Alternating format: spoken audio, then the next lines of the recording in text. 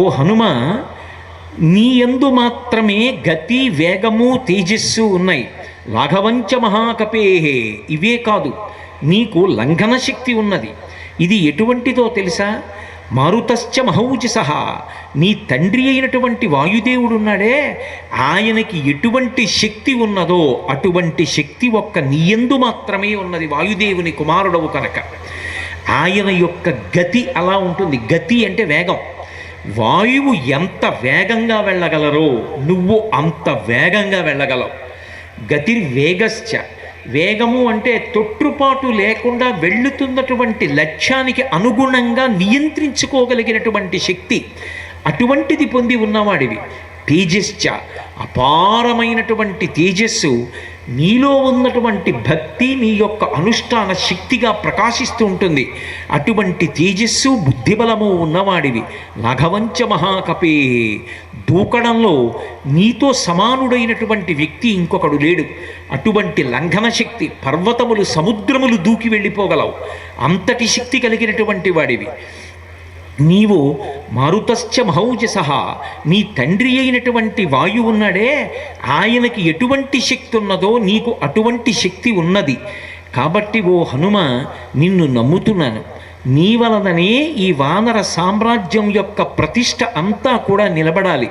నీకే సీతమ్మ తల్లి దర్శనమవుతుందని, నీ వలననే నేను రాముడికి ఇచ్చినటువంటి మాట నిలబెట్టుకుంటానని నేను పూర్తిగా నమ్ముతున్నాను. అంతేకాదు, నీ యందు కొన్ని విశేషమైనటువంటి లక్షణాలు ఉన్నాయి. నీకు దేశకాలానువృత్తిశ్చ నయశ్చ నయ పండిత, నీకు బలం ఒక్కటి ఉండడం గొప్ప విషయం కాదు, తేజస్సు ఉండడం గొప్ప విషయం కాదు, దేశకాలములు తెలిసి ఉండడం గొప్ప. ఎక్కడ బలాన్ని ఎంతవరకు ఉపయోగించాలి, ఎక్కడ ఎంతవరకు మాట్లాడాలి, ఎక్కడ మాట్లాడకుండా ఉండాలి, ఎక్కడ ఒకవేళ అవమానం ఎదురైనా ఆ అవమానాన్ని భరించి కూడా ప్రభుకార్యాన్ని చక్కపెట్టాలి, ఎక్కడ ఎక్కువ మాట్లాడకూడదు, ఎక్కువ అనవసరపు ఆలోచనలు తెచ్చుకోకూడదు. ఇవి నువ్వొక్కడివే చెయ్యగలవు, ఇతరులకు సాధ్యము కాదు. దేశకాలానువృత్తిశ్చ నయశ్చ నయపండిత, అటువంటి వాడివి నువ్వొక్కడివే. కాబట్టి నిన్ను నమ్ముతున్నాను. హనుమ, నువ్వు సీతామాత యొక్క దర్శనాన్ని పొందాలన్నారు. రామచంద్రమూర్తికి నిజానికి హనుమ అంతటి గొప్పవారు అన్న నిర్ణయం ఎందుకు కలిగింది అంటే, ఆయనకి ప్రభు అయినటువంటి సుగ్రీవుడు హనుమని నమ్మారు. నమ్మి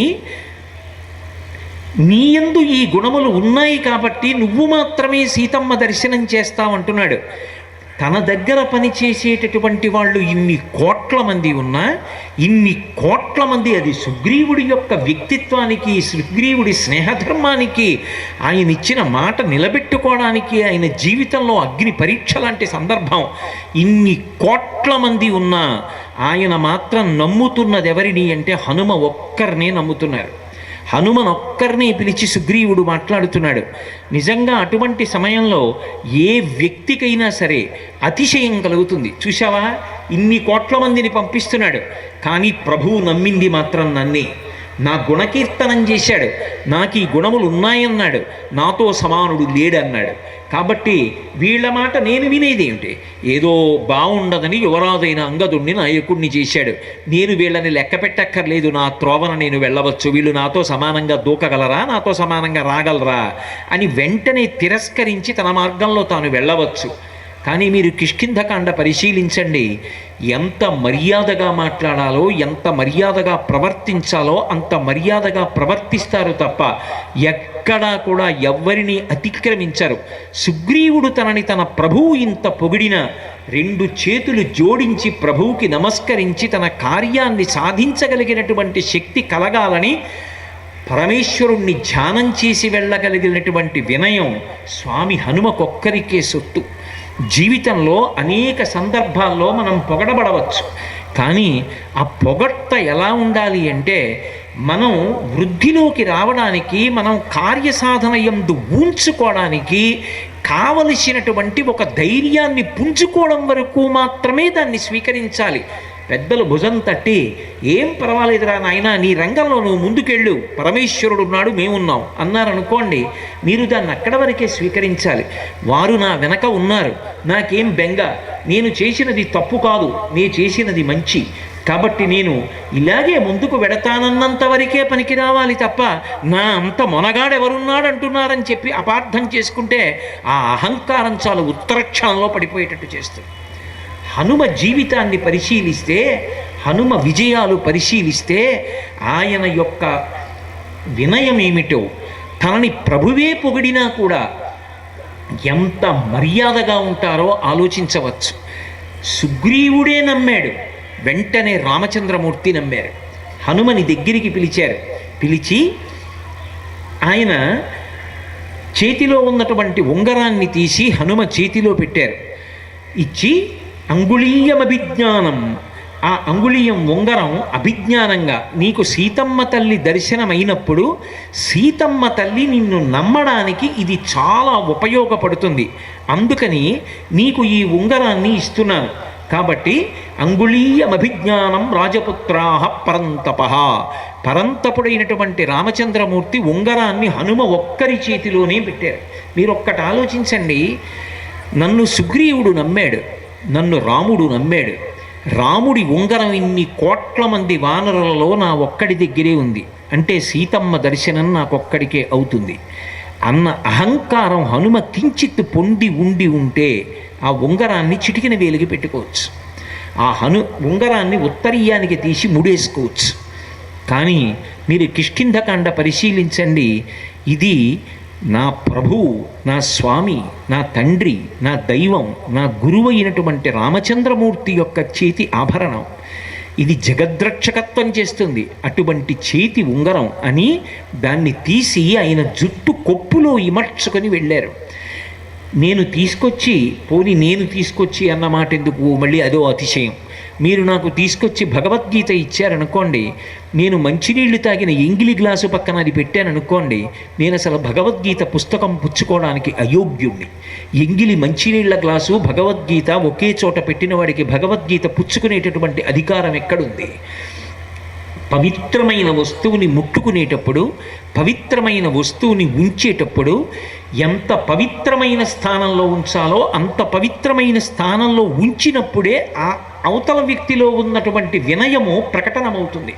హనుమ రామచంద్రమూర్తి ఉంగరాన్ని ఎక్కడా ఉంచకుండా తన యొక్క జుట్టు ముడిలో ఉంచుకొని తలలో ధరించి వెళ్ళారు అంటే ఆయన ఎంత వినయశీలు, ఆయన ఎందు కించిత్ కూడా. ఎందుకంటే ఒకవేళ హనుమలో అతిశయం ఉన్నా వాల్మీకి మహర్షి వ్రాయలేదేమోనండి అంటారేమో.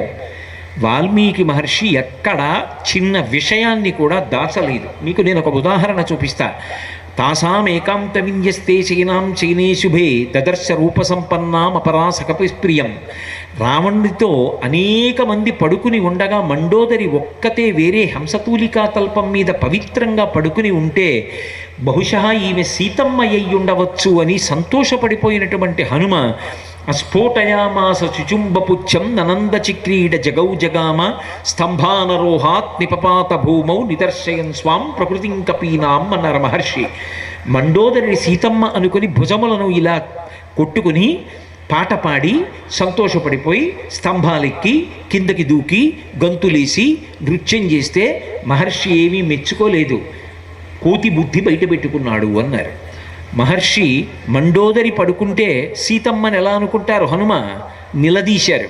రావణాసురుడు అక్కడ హంసతూలికా తల్పం మీద పడుకుని ఉండగా రామచంద్రమూర్తి పక్కన లేని మహాపతివ్రత అయిన సీతమ్మ హంసతూలికా తల్పం మీద అలా పడుకుంటుందా?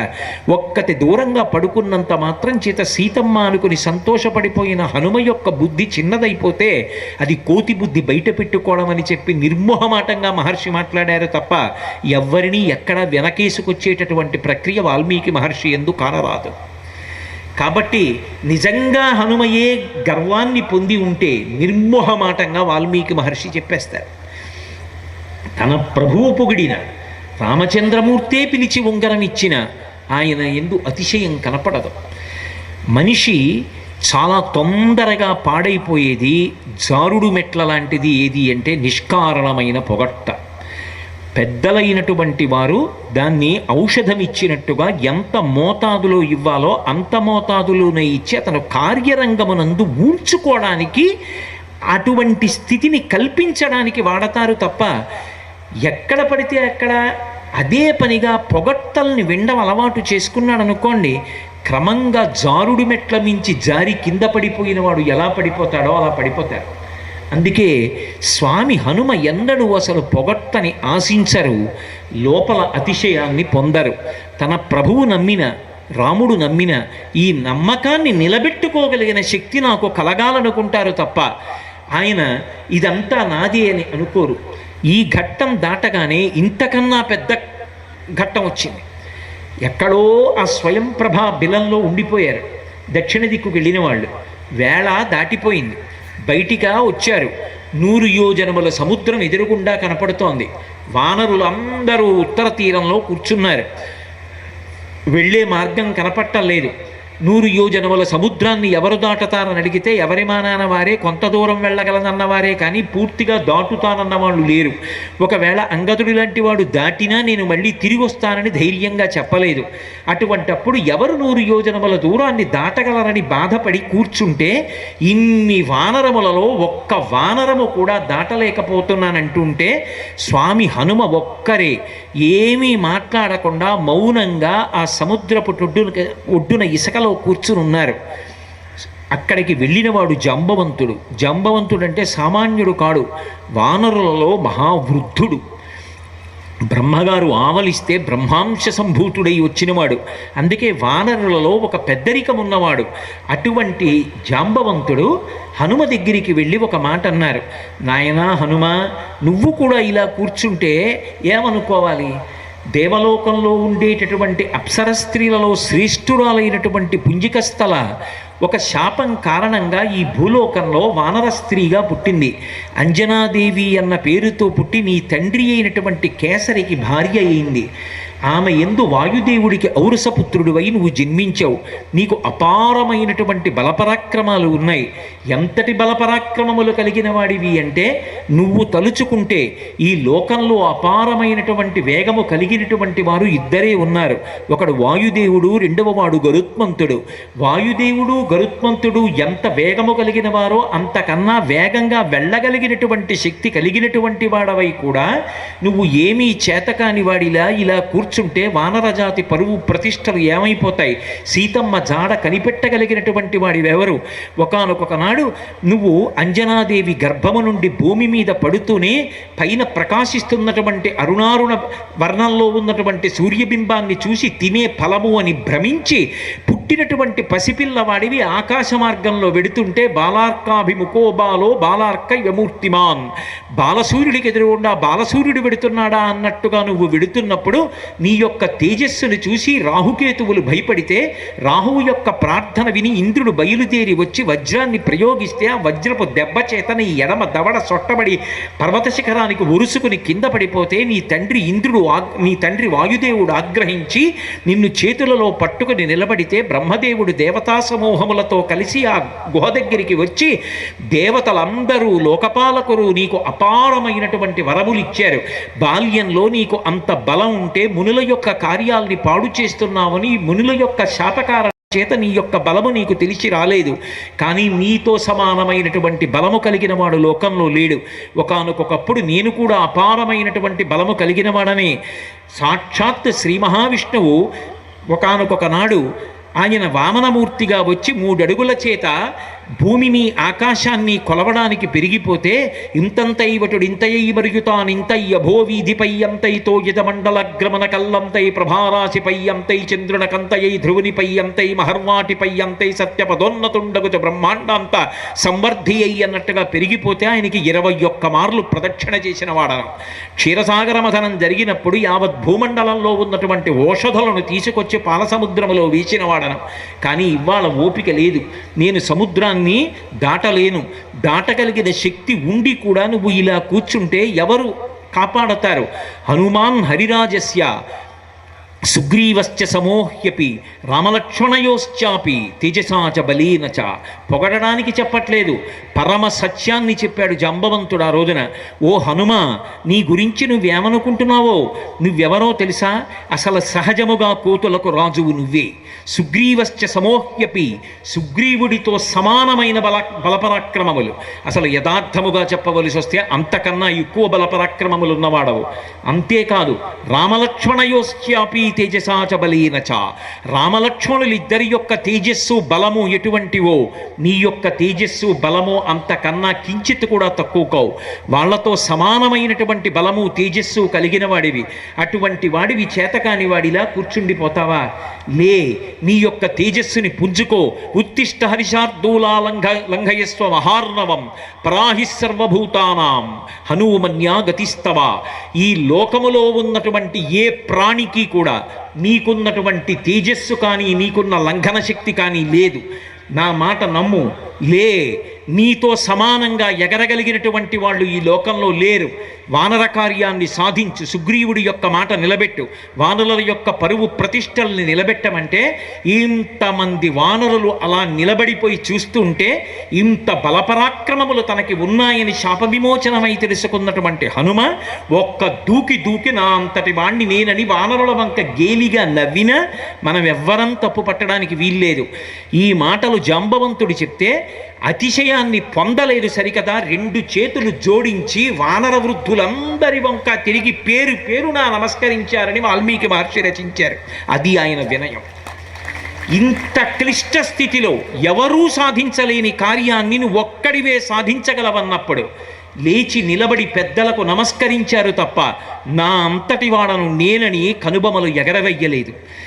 సమకాలీన సమాజం కాదు, దేశకాలముల యందు ఎప్పుడైనా సరే ఎంత సాధించినా ఒక వ్యక్తి ఎంత వినయంగా బ్రతకాలో నాకేం తెలుసు, నేనేం సాధించాను మహాత్ములతో పోలిస్తే, హనుమతో పోలిస్తే నేను సాధించినదేపాటి, నాకున్నదేపాటి అని పోల్చుకున్ననాడు అతిశయం దగ్గరికి రాకుండా వినయంగా బ్రతకగలిగినటువంటి లక్షణం అబ్బుతుంది.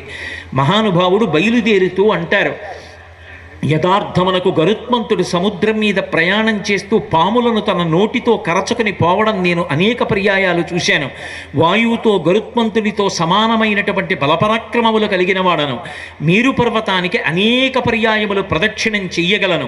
సూర్యుడితో కలిసి బయలుదేరి ఉదయాత్రి నుంచి అస్తాద్రికి ఆయన కన్నా ముందు వచ్చి ఆయన అస్తాద్రికి రాకముందు మళ్ళీ అభిముఖంగా వెళ్ళగలిగినటువంటి శక్తి కలిగినటువంటి వాడను. గరుత్మంతుడితో పోటీపడి ఆయనతో సమానంగా వెళ్ళగలిగినటువంటి వాడను. యువతల వైపున నిలబడి అవతల వైపు అంచు ముట్టుకోగలిగిన వాడను. జలములతో పర్వతములతో నిండిన ఈ భూమిని అంతటినీ కూడా కంపింప చెయ్యగలిగిన వాడను. అపారమైన వేగంతో సముద్రలంఘనం నేను చేస్తున్నప్పుడు నా తొడల వేగానికి పర్వతములు చూర్ణములైపోతాయి. సముద్రము యొక్క కెరటములన్నీ కూడా పైకెత్తబడినప్పుడు లోపల ఉన్నటువంటి ప్రాణులు, పడుకున్న మనిషి బట్ట నిద్రలో గాలికి ఎగిరిపోతే గుప్తముగా ఉండవలసిన అవయవములు పైకి కనపడినట్టుగా సముద్రము లోపల ఉన్న భూతములు కనపడేటట్టుగా వేగముతో ప్రయాణించగలిగినటువంటి వాడను. కూకటి వేళ్లతో ఈ మహేంద్రగిరి పర్వతం మీద ఉన్నటువంటి పెద్ద పెద్ద వృక్షములను నా తొడల వేగము చేత పెకలింపగలిగినటువంటి వాడను. ఈ భూమ్యాకాశములను ఏకం చెయ్యగలను. అటువంటి నేను వానరులైన మీ అందరికీ అభయమిస్తున్నాను. మన కార్యాన్ని సాధిస్తాను. వానర జాతి పరువు ప్రతిష్టలు నిలబెడతాను. రామచంద్రమూర్తి కార్యాన్ని సాధిస్తాను. సుగ్రీవుడి యొక్క మాట నిలబెడతాను. సీతమ్మ జాడ కనిపెట్టి వెనక్కొస్తాను. మీరందరూ కూడా స్వాంతన పొందండి, బెంగ పెట్టుకోకండి. ఇదిగో నేను ఇప్పుడే వెళ్ళొస్తానని చెప్పి మహానుభావుడు వానరులు బెంగ పెట్టుకోకుండా ఉత్సాహపడి సంతోషం పొందడానికి ఉన్న సత్యాన్ని చెప్పారు తప్ప తాను అతిశయం పొంది మాత్రం ఎక్కడా మాట్లాడలేదు. నాయనా, నువ్వు వెళ్ళినటువంటి కార్యం మంగళప్రదంగా పూర్తి కావాలని మేమిద్దరం అందరం ఇక్కడ ఒంటికాల మీద నిలబడి నీ కోసమని భగవంతుడికి సంబంధించినటువంటి కార్యములను చేస్తూ ఉంటాం. నువ్వు సీతమ్మ జాడ కనిపెట్టి వెనక్కి రావయ్యా అని పెద్దలు ఆశీర్వచనం చేస్తే తనకి ఇంత బలపరాక్రమాలున్నాయని తెలుసు.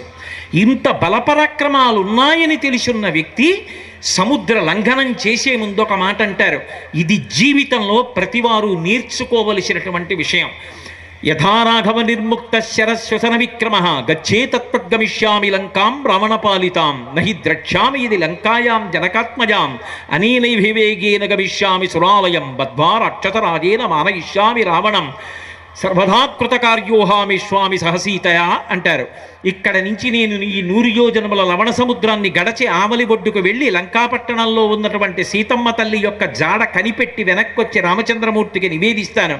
నేను వెళ్ళేటప్పుడు ఎంత బలంతో, ఎంత పరాక్రమంతో, ఎంత తేజస్సుతో పెడతానంటే ఆ బలపరాక్రమములు ఎక్కడివి అంటే రామచంద్రమూర్తి పట్టుకున్నటువంటి బంగారు కోదండము యొక్క వెంటినారిని ఆయన సంధించి దానిలోకి బాణాన్ని ప్రవేశపెట్టి ఆకర్ణాంతంలాగి విడిచిపెట్టినప్పుడు రాముడిలో ఉండేటటువంటి శక్తిని పుంజుకున్నటువంటి బాణము మధ్యలో ఎక్కడా ఆగకుండా తిన్నగా వెళ్ళి లక్ష్యం మీద ఎలా పడుతుందో అలా నాలో ఉన్నటువంటి బలపరాక్రమములు రామచంద్రమూర్తి యొక్క అనుగ్రహము తప్ప నావి కావని ప్రకటించి వెళ్ళినటువంటి అపారమైనటువంటి వినయమునకు పరాకాష్ఠ స్వామి హనుమ. తప్ప జాంబవంతుడే చెప్పినా తనకి శాప విమోచనమే అయినా ఇదంతా నా బలం అని చెప్పిన వారు కాదు. ఎందరో మహాత్ములు ఈ దేశంలో. పోతన గారు 12 స్కంధాల భాగవతాన్ని ఆంధ్రీకరించి పలికెడిది భాగవతమట పలికించు విభుండు రామభద్రుండట నే పలికిన భవహరమగునట పలికెద వీరుండుగాధ పలుకగనేలా అన్నారు. నా పాపరాశి ధ్వంసం అవడానికి నా చేత 12 స్కందములు ఆంధ్రీకరింపచేశాడన్నారు తప్ప నా అంత మొనగాణ్ణి నేను భాగవతాన్ని ఆంధ్రీకరించానని పోతన గారు చెప్పుకోలేదు. అద్వైత సిద్ధాంతాన్ని, వేద ప్రమాణాన్ని నిలబెట్టి మహానుభావుడు భారతదేశంలో సనాతన ధర్మం బ్రతికి బట్ట కట్టేటట్టు చేసినటువంటి శంకర భగవత్పాదులు పశుమాం సర్వజ్ఞ ప్రథిత కృపయా పలయ విభో. ఓ శివ, నేను పశువుని, నువ్వు పశుపతివి, చాలదా మన ఇద్దరికీ సంబంధం అన్నారు తప్ప నేనింత గొప్పవాణ్ణి సాక్షాత్తు శివావతారాన్నని శంకర భగవత్పాదులు ఎక్కడా చెప్పలేదు. ఎంత గొప్పవారు కూడా ఒదిగి ఉండి తన వినయం చేత గొప్పవారయ్యారు తప్ప ఏదో ఒక్క చిన్న విభూతి ఉన్నంత మాత్రం చేత మేము ఇంతవాళ్ళం అంతవాళ్ళమని గుండెల మీద చేసిలేసుకొని చరుచుకోవడం ఈ దేశం యొక్క ప్రజ్ఞ కాదు, ఈ దేశం యొక్క సంస్కృతి కాదు. ఈ దేశం యొక్క సంస్కృతి మూలాలు ఎక్కడున్నాయంటే ఆ వినయంలో ఉన్నాయి. అందుకే మహానుభావుడు అంత వినయ ప్రకటనం చేసి బయలుదేరి ఆ సీతమ్మ తల్లి యొక్క జాడ కనిపెట్టడానికి వెళ్ళారు. వెళ్ళినటువంటి మహానుభావుడికి ఎన్నో క్లిష్టతరమైనటువంటి సందర్భములు ఏర్పడ్డాయి. సీతమ్మ తల్లి జాడ కనిపెట్టారు. కనిపెట్టి ఆమెతో మాట్లాడుతున్నప్పుడు ఆ తల్లి ఒక ప్రశ్న వేసింది. నాయనా హనుమా, వానరులు వస్తారంటున్నావు కదా, అన్ని కోట్ల వానరములు ఉన్నాయంటున్నావు కదా, మరి ఉత్తర తీరంలో అన్ని లక్షల వానరములు ఉండిపోయాయి కదా, ఎవ్వరూ సముద్రాన్ని దాటి రాలేకపోయారు కదా, నువ్వు ఒక్కడివే కదా దాటి వచ్చావు, అంటే రేపు పొద్దున్న నువ్వు ఒక్కడివే కదా వస్తావు, రామరావణ యుద్ధంలో నువ్వు వస్తే మహా అయితే భుజాల మీద రామలక్ష్మణుల్ని తీసుకొస్తావు. ఇంత అపారమైన సేనావాహిని ఉన్నటువంటి ఈ రావణ పాలిత అయిన లంకలోకి ఎంతమంది వానరులు రాగలరు? నువ్వు ఒక్కడివి ఇంతటి తేజోమూర్తివి కాబట్టి రాగలిగావు. సీతమ్మ అంతటిది రామాయణంలో ఒక మాట అంది, హనుమాన్ యత్నమాస్తాయ దుఃఖక్షయకరో భవ అంది. నాయనా హనుమ, నువ్వే నాకు ప్రమాణం, నీ వలననే నాకు దుఃఖం పోవాలంది. సీతమ్మ అన్న ఆ ఒక్క మాటకి ఆయన బోరలు విరుచుకి తిరగచ్చు. సీతమ్మ అంతటిది నన్ను చెప్పింది, నీ వలనే నా దుఃఖం పోవాలని అడిగింది అని గొప్పగా చెప్పుకోవచ్చు సాటి వానరులకు. కానీ ఆయన గర్వం పెరగలేదు. సరికదా, సమాజంలో ఒక వ్యక్తి డగ్గుత్తికతో నిరుత్సాహంతో ఉన్నప్పుడు ఆ వ్యక్తికి తన మాటల చేత ప్రాణములు పోసి నిలబెట్టడం తన కర్తవ్యం అనుకున్నారు తప్ప ఆవిడ అలా అంది అని ఆయన ఎక్కడా అతిశయాన్ని పొందలేదు. సరికదా, లోకంలో ఎవ్వరూ అనలేని ఒక మాట అన్నారు. అమ్మా, ఏ వానరుడు రాడని ఎందుకు అనుకుంటున్నావమ్మా? సుగ్రీవుడి దగ్గర కొన్ని కోట్ల వానరములు ఉన్నాయి. వాళ్ళు ఆకాశంలో ఎగురుతారు, భూమి మీద వెడతారు, అడ్డంగా వెళ్ళగలరు. అమ్మా, ఒక్కొక్కళ్ళు 10,000 ఏనుగుల బలము కలిగినటువంటి వారు. అంతటి అపార బలము కలిగినటువంటి వానరులు ఈ భూమి మించి లంకాపట్టణంలోకి ప్రవేశించడం, సముద్రాన్ని దాటడం పెద్ద విశేషమా? చాలా సునాయాసంగా వస్తారమ్మా. నేనే వచ్చానంటే మిగిలిన వాళ్ళు రాకపోవడం ఏమిటమ్మా? మద్విశిష్టాశ్చ తుల్యాశ్చ సంతి తత్ర వనౌకసః మత్త ప్రత్యవరః కశ్చిన్నాస్తి సుగ్రీవ సన్నిధౌ. అమ్మా నాతో సమానులున్నారు, నాకన్నా అధికులున్నారు సుగ్రీవుడి దగ్గర, నాకన్నా కూడా బలంలో కానీ తేజస్సులో కానీ బుద్ధిలో కానీ పరాక్రమంలో కానీ గతిలో కానీ తక్కువ వాడు లేడమ్మా. తల్లి నీకు తెలియదా, అంతఃపుర స్త్రీల దగ్గరికి పంపించేటప్పుడు అందరికన్నా తక్కువ బలం ఉన్నవాడిని పంపిస్తారు. నేను వచ్చాను అంటే అమ్మా అందరికన్నా తక్కువ బలం ఉన్నవాడిని, నేనే వచ్చానంటే ఇక మిగిలిన వాళ్ళు రాలేకపోవడం ఏమిటమ్మా, అందరూ రాగలిగిన వారే. నేనే వచ్చినప్పుడు రామలక్ష్మణుల్ని నా భుజం మీద కూర్చోపెట్టి తీసుకొస్తానమ్మా. ఆ రామలక్ష్మణులు వచ్చి బాణప్రయోగం చేస్తే రావణుడు నిహతుడైతే నిన్ను తీసుకెళ్ళి మళ్ళీ సామ్రాజ్య పట్టాభిషేకం చేసుకుంటాడమ్మా రాముడు అని ఓదార్చారు తప్ప సీతమ్మ తల్లి అడిగిందని పొంగిపోయి నిజమేనమ్మా ఏమొస్తారమ్మా వాళ్ళందరూ అలా నీరసపడిపోయారమ్మా, ఓడు 50 యోజనాలు అన్నాడు, ఓడు 60 యోజనాలు అన్నాడు, ఆఖడికి మా యువరాజు అంగదుడు కూడా ఇక్కడికి వస్తే మళ్ళీ తిరిగి వెళ్ళలేనన్నాడమ్మా, నేను ఒక్కడే వచ్చానమ్మా, చూద్దాంలే అయినా కూడా ఏం బెగ్గబెట్టుకోకు అనో మాట అనొచ్చు. కానీ ఆయన అలా అనలేదు. నాతో సమానులున్నారు అధికలున్నారు తప్ప నాకన్నా తక్కువ వాళ్ళు లేరన్నారు. అది కేవలం కథగా రామాయణాన్ని ప్రవచనంగా రామాయణంగా చదవడం కాదు, స్వామి జీవితంలో హనుమ విజయ గాథలో ఆయనలో ఉన్నటువంటి గొప్ప గుణమైనటువంటి ఒకటి వినయం.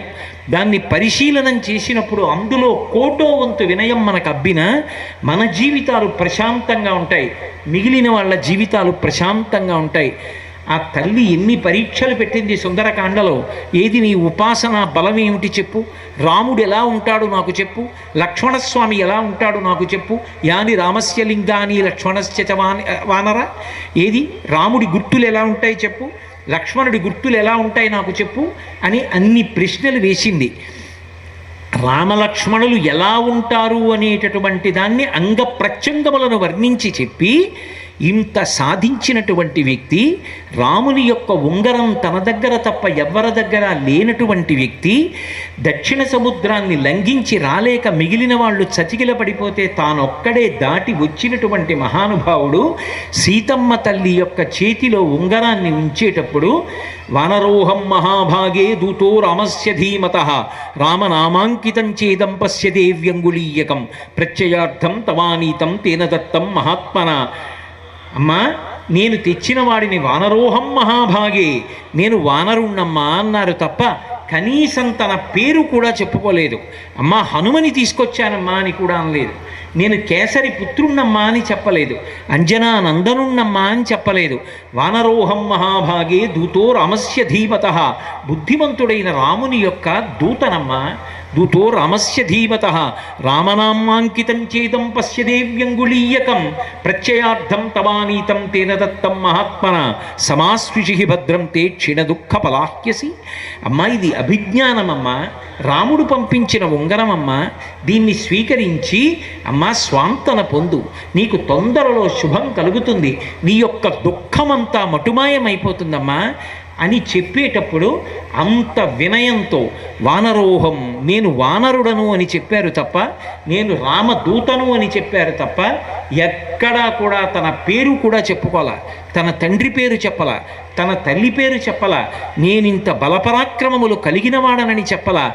ఆయన వినయమునకు ఆయనే సాటి. అనితర సాధ్యమైన కార్యాన్ని సాధించారు. గృహీత్వా ప్రేక్షమాణాసా భర్తుక్కర విభూషణం భర్తార వివసంప్రాప్త జానకీ ముదితాభవత్ అంటారు మహర్షి. చాలా కాలం తర్వాత అనుకోకుండా అకస్మాత్తుగా రామచంద్రమూర్తి వస్తే రామదర్శనాన్ని పొందినటువంటి సీతమ్మ తల్లి ఎలా సిగ్గుపడి బుగ్గలు ఎర్రపడతాయో అలా ఉంగరాన్ని చూసినప్పుడు ఆ తల్లి లజ్జ పొందితే దుఃఖం పోయి సంతోషించినటువంటి సీతమ్మ తల్లి యొక్క దర్శనం పొందినటువంటి వాడు మహాపురుషుడైనటువంటి హనుమ ఒక్కరే. అటువంటి వ్యక్తి అయ్యుండి తనని పొగడవలసిన అవసరం లేకుండా ఎప్పుడు ఎత్ర ఎత్ర రఘునాథ కీర్తనం తత్ర తత్ర కృతమస్తకాంజలి, రామనామం చెప్పేటప్పటికి తల ఉంచుకుని కూర్చుని మురిసిపోయి కన్నుల వెంట ఆనంద ధారలు విడిచిపెట్టేటటువంటి వినయశీలి మహానుభావుడు స్వామి హనుమ. ఎందుకు ఋషి రుణం తీరాలి, ఎందుకు చదవండి రామాయణం, ఎందుకు చదవండి భారతం, ఎందుకు చదవండి భాగవతం అంటే మహాత్ములలో ఉన్న గుణాల్ని పరిశీలించినప్పుడు అందులో ఒక్క గుణాన్నైనా మనం కొంత పరిశీలనం చేసి మనం నేర్చుకోగలిగితే, మన బిడ్డలకి మనం చెప్పగలిగితే, బిడ్డడు వదరితే అహంకారంతో మాట్లాడితే ఒరే హనుమ కన్నా గొప్ప పని చేశావురా, ఆయన ఏం చేశాడో తెలుసా రామాయణంలో అని ఒక్కొక్క దృష్టాంతం చెప్పి అప్పుడు ఆయన ప్రవర్తించిన విధానం ఏమిటో తెలుసా, ఆయన కన్నా గొప్పవాడివిరా, ఆయనని నమ్ముకున్న బ్రతికిన జాతిరా మనది, బ్రతుకుతున్న జాతిరా మనది, అహంకరించకు, వినయంతో ప్రవర్తించడం నేర్చుకో అని బిడ్డలకి చెప్పిన నాడు, మనం అలా ప్రవర్తించిన నాడు మనం పిల్లలకి ఆదర్శంగా నిలబడతాం. వాళ్ళు కూడా ఆ వినయంతో ప్రవర్తించేటటువంటి అవకాశం కలుగుతుంది. అందుకే సనాతన ధర్మంలో గురు శిష్యులకు 2 విచిత్రమైన పేర్లు ఉన్నాయి. గురువుకి వినీతుడు అని పేరు, శిష్యుడికి వినేయుడు అని పేరు. అసలు మొట్టమొదట తన గురువు చెప్పినటువంటి మాటల వలన తనకేమీ తెలియదని వినయంతో ప్రకాశించేటటువంటి వాడు గురువు.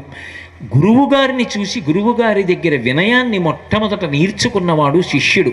విద్యాభ్యాసమునందు గురు శిష్యుల మధ్య కానీ, తండ్రి కొడుకుల మధ్య కానీ, తల్లి బిడ్డల మధ్య కానీ, సమాజమునందు ఏ వ్యక్తి ఎందు కానీ ఉండి తీరవలసిన లక్షణం ఏమిటంటే ఆ వినయం. ఆ వినయం అన్నది ఒక్కటి లేకపోతే మిగిలినవి ఎన్ని ఉండనివ్వండి అవి ప్రకాశించవు. మంచి దాహంతో ఉన్నా అది చల్లటి నీటి కడవ అయినా దాన్ని ఒక నాగుపాము చుట్టుకుని ఉంటే ఎవరు ఎలా దగ్గరికి వెళ్ళరో అలా అహంకారగ్రస్తమైనటువంటి వ్యక్తి దగ్గరికి ఎవరు వెళ్ళడానికి ఇష్టపడరు. శ్రీరామాయణంలో మహర్షియే ఒక చోట అంటారు, సకల్ప వృక్ష ప్రతిమో వసంత యువమూర్తిమాన్ శ్మశాన చైత్య ప్రతిమో భూషితోపి భయంకర అంటారు. ఎక్కడో ఒక చోట ఒక గొప్ప మేడ కట్టారు. ఒక వ్యక్తి ఆ ఊరిలో పెళ్లి చేయవలసి వచ్చింది. అయ్యా, ఆడపెళ్లి వారికి మగపెళ్లి వారికి విడిదివ్వాలండి, మీకు ఆ ఊరిలో గొప్ప భవనం ఉందని విన్నాను, మీరు ఆ తాళం చెవి ఇస్తారా, భవనం వాడుకుంటానన్నాడు. అయ్యో చక్కగా వాడుకోండి, పాలరాతితో నిర్మాణం చేశాను 50 గదుల ఇల్లు, అదొక్కటి చాలు మీకు విడిదికి, తీసుకోండి అని తాళం చెవులు ఇచ్చాడు. ఎక్కడండి ఇల్లు అన్నాడు. శ్మశానం మధ్యలో కట్టాను, వెళ్ళండి అన్నాడు. ఎవరైనా పెడతాడా? అది ఎంత హర్మ్యమైతే మాత్రం శ్మశానంలో ఉన్నటువంటి ఇంట్లో ఒక్క గంట ఎవడైనా నివసిస్తాడా? ఎన్ని గుణములు ఉన్నప్పటికీ కూడా అహంకారం ఒక్కటి ఉన్నదా? శ్మశాన చైత్య ప్రతిమో భూషితోపి భయంకర. విద్య వినయముతో కలిసి ఉన్నదనుకోండి, దానిని మించినటువంటి భూషణము లోకంలో ఇంకొకటి లేదు. మాతా సమన్నాస్తి శరీర పోషణం, చింతా సమన్నాస్తి శరీర శోషణం, భార్యా సమన్నాస్తి శరీర తోషణం, విద్యా సమన్నాస్తి శరీర భూషణం. అమ్మలా శరీరాన్ని పోషించేటటువంటి వ్యక్తి లోకంలో ఉండదు. అలాగే భార్యలా శరీరానికి సంతోషాన్ని ఇచ్చేటటువంటి వ్యక్తి లోకంలో ఉండదు. అలాగే చింతలా శరీరాన్ని శోషింపచేసేటటువంటిది లోకంలో ఉండదు. ఏ భూషణములు మెడలో కానీ శరీరమునకు కానీ అలంకరించుకోకపోయినా విద్య లాంటి భూషణము లోకంలో ఇంకొకటి ఉండదు. విద్య అన్న మాటకు అర్థం కేవలం చదువుకుని ఉండడము అని కాదు, వినయముతో కూడిన విద్య అని అర్థం. ఆ వినయం లేదనుకోండి, అది త్రాచుపాము చుట్టుకున్నటువంటి చల్లటి నీటి కడవ, శ్మశానములో ఉన్నటువంటి చైత్యము. ఆ వినయం ఎక్కడుందో అక్కడ 10 మంది చుట్టూ చేరుతారు. ఆ వినయం ఎక్కడుందో ఆ వ్యక్తి సమాజమునకు దార్శనికుడు అవుతాడు. ఆ వ్యక్తిని మిగిలిన వాళ్ళందరూ ఆదర్శంగా తీసుకుంటారు.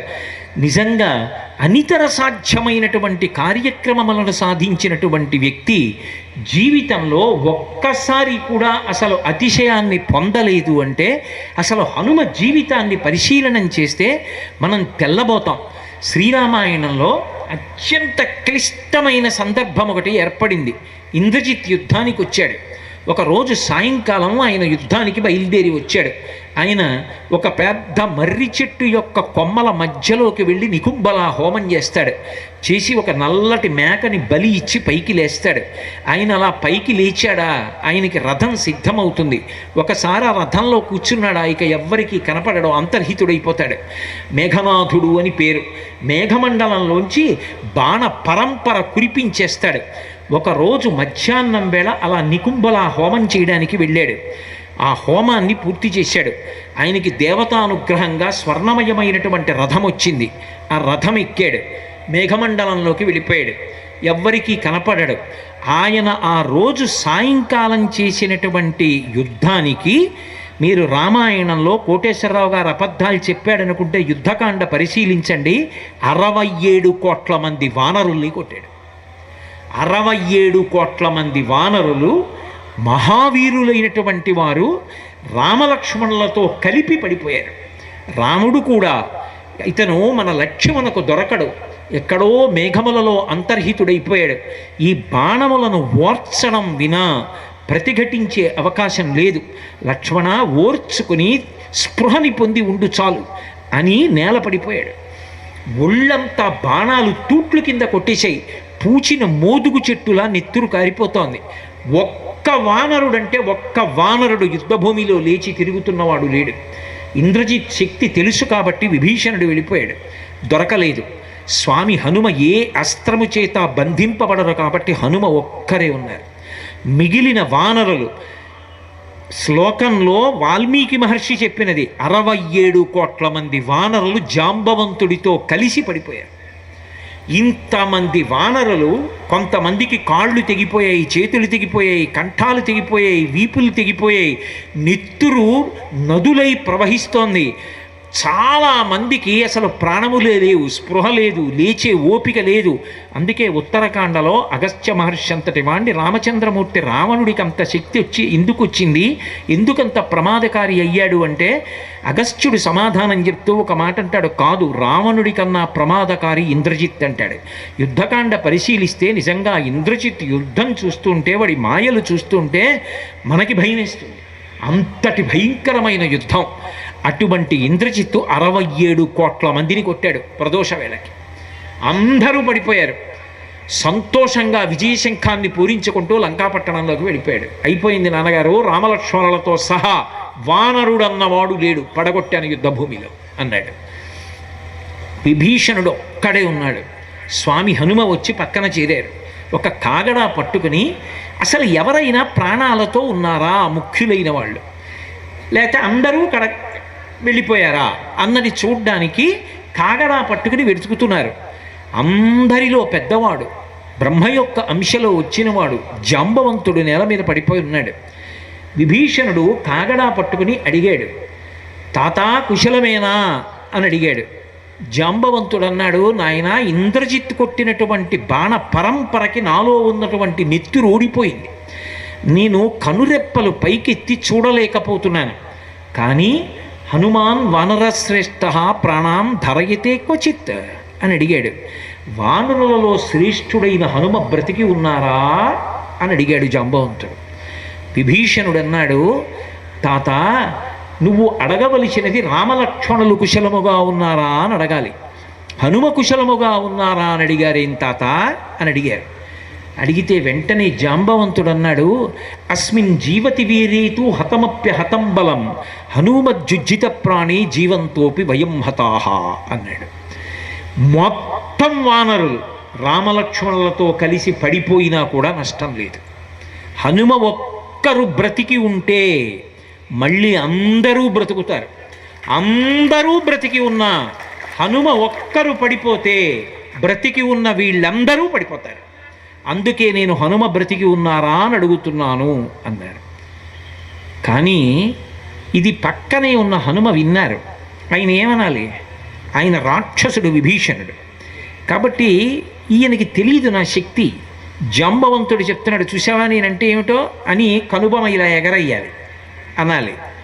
ఆయన వెంటనే వినయాదభ్యువాదయత్ వంగి జాంబవంతుడి పాదములు పట్టుకొని, తాతా హనుమ నీ కుశలం అడుగుచున్నాడు, నమస్కరించుచున్నాడు అన్నారు.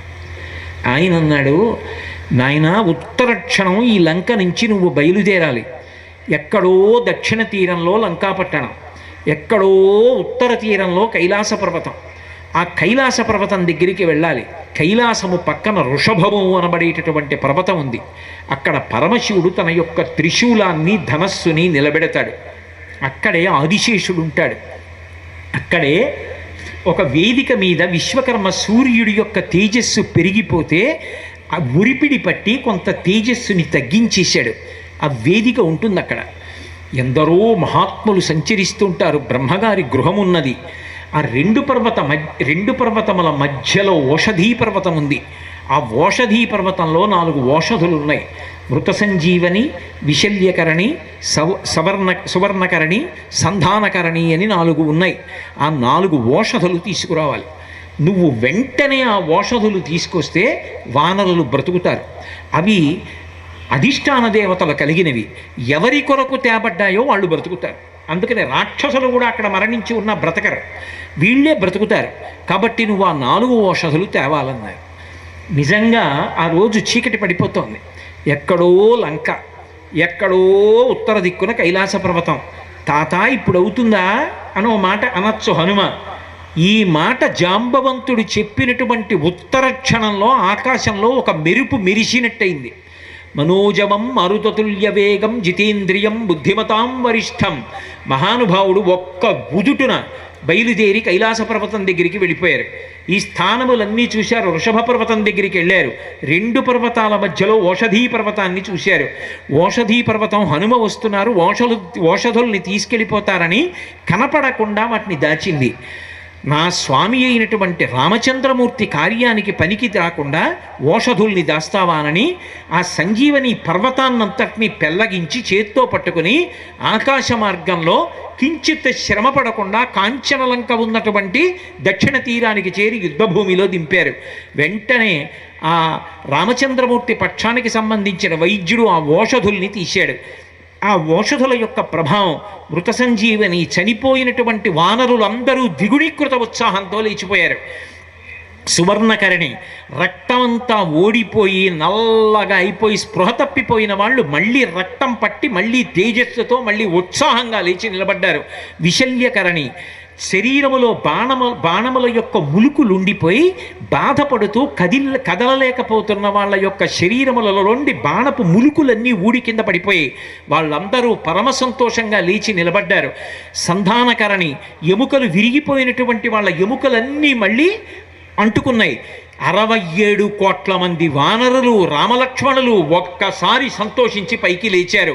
జై శ్రీరామ్ అని పెద్ద పెద్ద కేకలు వేస్తే లంకాపట్టణంలో రావణాంతపురంలో ప్రతిధ్వనించింది. ఏమైందిరా అని గవాక్షంలోకి వచ్చి చూసేటప్పటికీ ఇంతమందిని కొట్టాను, ఒక్కడు పడలేదు, అందరూ లేచిపోయారు. రాక్షసులు అందరూ పడిపోయారు. ఓషధులు వాళ్ళ గురించి తేలేదు కనుక. ఆశ్చర్యపోయాడు ఇంద్రజిత్. తెచ్చిన పర్వతం అహంకరించిందని అక్కడ వదిలిపెట్టలేదు. ఏ పర్వతాన్ని తీసుకొచ్చారో ఆ పర్వతాన్ని మళ్ళీ అంతే జాగ్రత్తగా తీసుకెళ్ళి ఎక్కడ ఉందో అక్కడే ఉంచేశారంతే. నేనైతే ఒళ్ళు తుడుచుకున్న తివ్వాలు తీసి కుర్చీ మీద పారేస్తాను, విప్పిన పంచె తీసుకెళ్ళి మంచం మీద పారేస్తాను. హనుమ జీవితాన్ని పరిశీలనం చేస్తే పిల్లలకి క్రమశిక్షణ అలవాటు అవుతుంది. చెప్పులు ఎక్కడిప్పాలో, సాక్స్ ఎక్కడిప్పాలో, తుడుచుకున్న తువ్వాలు ఎక్కడ ఆరయ్యాలో, విప్పిన బట్ట ఎక్కడ ఆరయ్యాలో, బట్ట మడత ఎలా పెట్టుకోవాలో, తను ఉన్న గది ఎంత శుభ్రంగా ఉండాలో, పుస్తకాలు ఎలా ఉంచుకోవాలో హనుమ జీవితాన్ని పాఠంగా చెప్తే ఓ ఇలా బ్రతకాలా అని అర్థమవుతుంది. మహానుభావుడు నువ్వు అహంకరించావు కదా, ఈ పర్వతాన్ని ఇక్కడే ఉంచేస్తాను, పనికొస్తుంది యుద్ధంలో మళ్ళీ ఎవరైనా పడిపోతే అనలేదు. ప్రయోజనమైపోగానే మళ్ళీ ఆ పర్వతాన్ని పట్టుకెళ్ళి యథాస్థానంలో పెట్టి మళ్ళీ వెనక్కి తిరిగి యుద్ధానికి వచ్చారు. ఆయన లేని నాడు అసలు రామరావణ యుద్ధం ఎక్కడుంది, రామాయణం ఎక్కడుంది?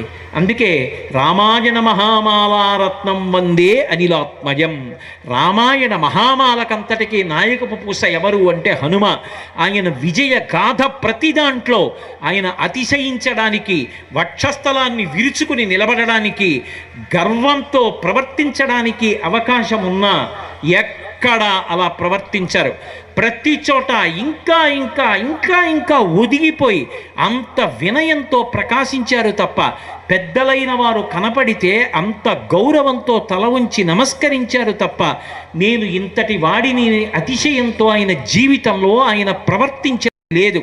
హనుమ యొక్క విజయగాథ నుండి దేశకాలములతో సంబంధం లేకుండా మనం అందరం నేర్చుకోవలసినటువంటి పరమోత్కృష్టమైన సందేశం ఆయన వినయమే.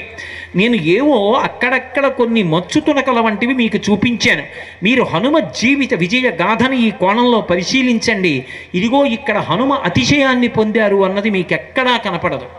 అంతటి మహానుభావుడు. అసలు లోకంలో ఎవరికీ అన్వయం అవనటువంటి విశేషం ఒక్క హనుమకే అన్వయమైంది. రామాయణంలో తనకి కించిత్ ఉపకారం చేసినా చేయకపోయినా ప్రతి వారికి ప్రత్యుపకారము చేసిన వారెవరు అంటే రామచంద్ర ప్రభు. ఆయన ఎవరినైనా సరే ప్రత్యుపకారము చెయ్యకుండా ఉండరు. పైగా అసలు ఉపకారము చేయించుకుని మరిచిపోయి ప్రత్యుపకారము చెయ్యకుండా కృతజ్ఞతతో ప్రవర్తించడం రాముడికి సుతారము ఇష్టమైన విషయం కాదు. అందుకే కిష్కింధకాండలోనే ఒక చోట లక్ష్మణస్వామి అంటాడు, బ్రహ్మగ్నేచ సురాపేచ చోరే భగ్న వ్రతే తథా నిష్కృతిర్విహితా సిద్ధి కృతఘ్నో నాస్తి నిష్కృతి అంటాడు.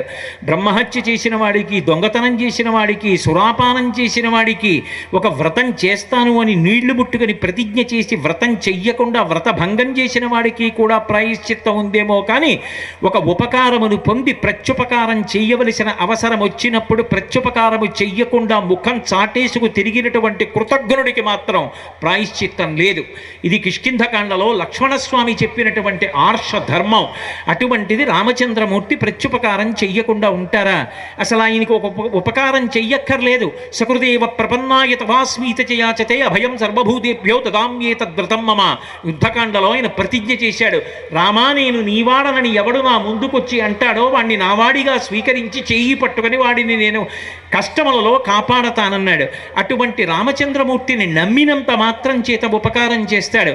అటువంటి మహానుభావుడు ప్రత్యుపకారం చెయ్యకుండా ఉంటాడా? రామాయణంలో ప్రతి వారికి ఆయన ఏదో ఒక ఉపకారం చేశారు. కానీ హనుమ దగ్గరికి వచ్చేటప్పటికి మాత్రం ఆయన లేచి నిలబడ్డారు, దగ్గరికి వచ్చారు, హనుమని గట్టిగా కౌగిలించుకొని ఒక మాట చెప్పారు. ఇది రామాయణం మొత్తం మీద హనుమతో తప్ప ఇక ఎవరికి చెప్పల.